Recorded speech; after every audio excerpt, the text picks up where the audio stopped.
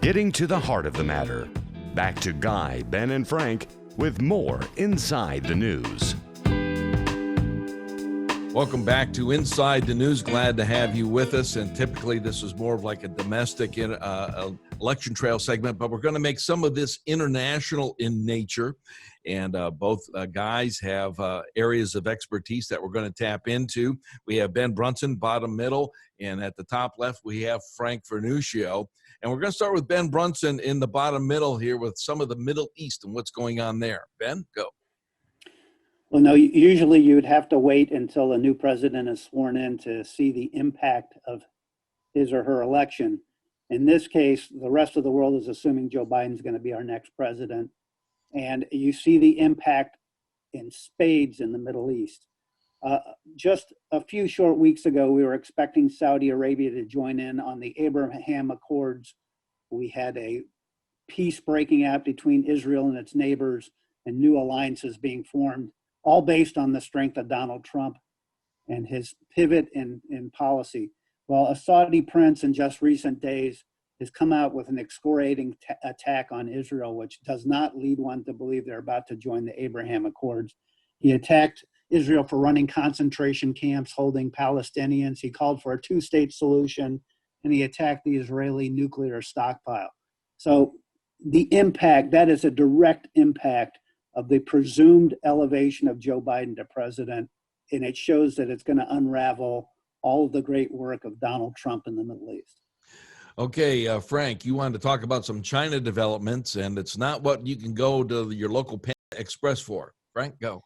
President Xi Jinping has been vocal and active lately, talking about the strength of his military and telling his military to be prepared at a moment's notice. The fact is, Chinese forces are massing more than they ever have in the past towards the Straits of Taiwan. It is clear that something is occurring there. A lot of experts in the area. I spoke to a former U.S. State Department executive who lived in China, lived actually both in mainland China and in Taiwan in the past, who believes that at this point, China is preparing at the outset of a Biden presidency to engage in military action against Taiwan.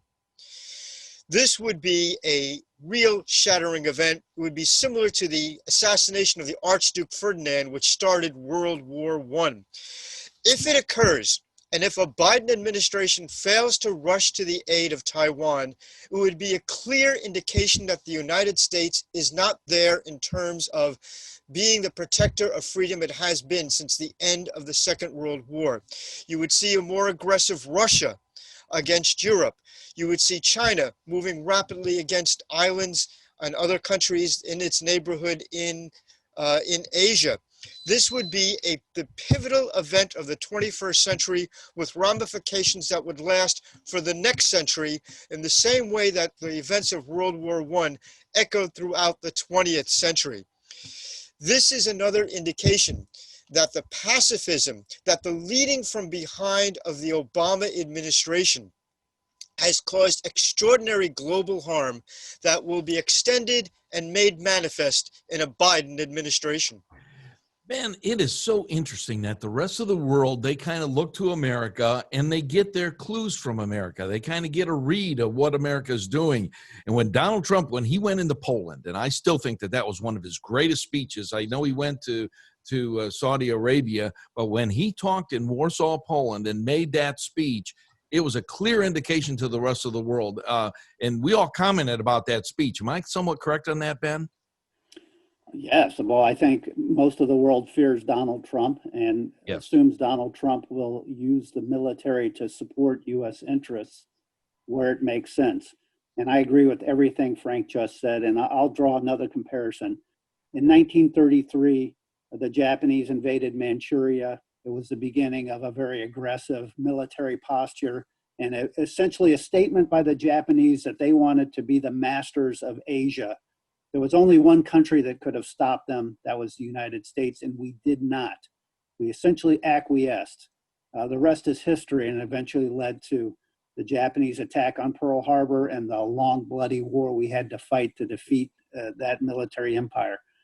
China is on the verge of invading Taiwan.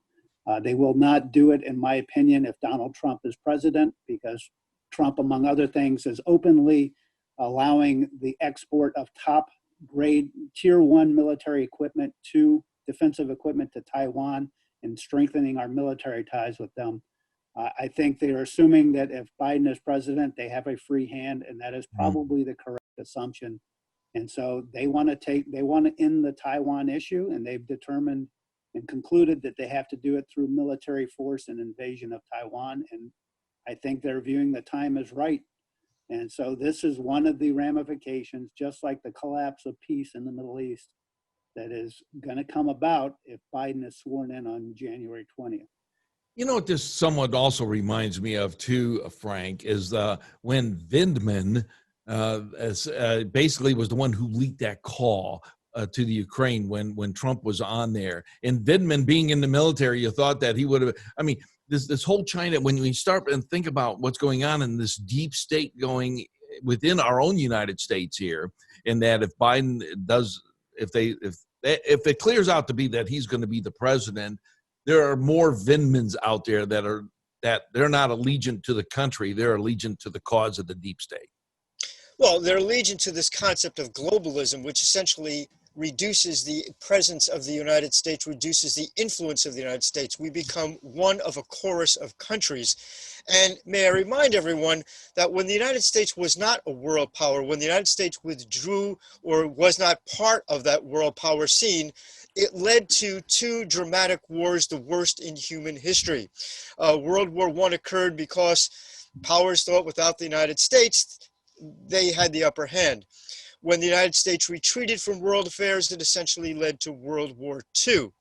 The reason we have not had a world war since 1945 was because of the overwhelming power and presence of the United States. But of course, during the Obama administration, the concept of leading from behind withdrew America from the world presence. It was an invitation to disaster, a disaster that will occur if Biden is sworn in. Ben, that leads me to the nomination by Biden to the new SecDov and going on in there. And it also brings to mind the research you did with Esper being fired.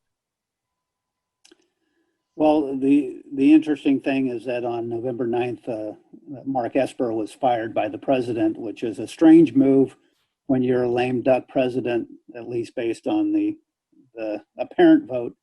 And since all these people are going to be removed from office on January 20th or shortly thereafter anyway, and replaced by Biden picks. The Esper was replaced by ex-General Miller, now a civilian. He is a Special Forces commander. He was the commander of the 5th Special Forces Group, has great loyalty among Special Forces units. And he quickly made a change where the Special Forces were elevated to being on par with other military units and reporting directly to the Secretary of Defense, so that you no longer have to go through the Pentagon chain if you're president and you want Special Forces to do something. So that, by the way, was authorized by Congress a couple of years ago and was never enacted by Secretary of Defense Esper, despite congressional authorization to do so. So there's a lot going on. That's just one of the changes. Kash Patel was put in as Chief of Staff under General Miller, and a lot of things going on that support what we were talking about earlier. All right, we've got to take a time out. The attack on religion and Christmas. We'll be back. You're listening to Wehman, Brunson, and Vernuccio, Inside the News.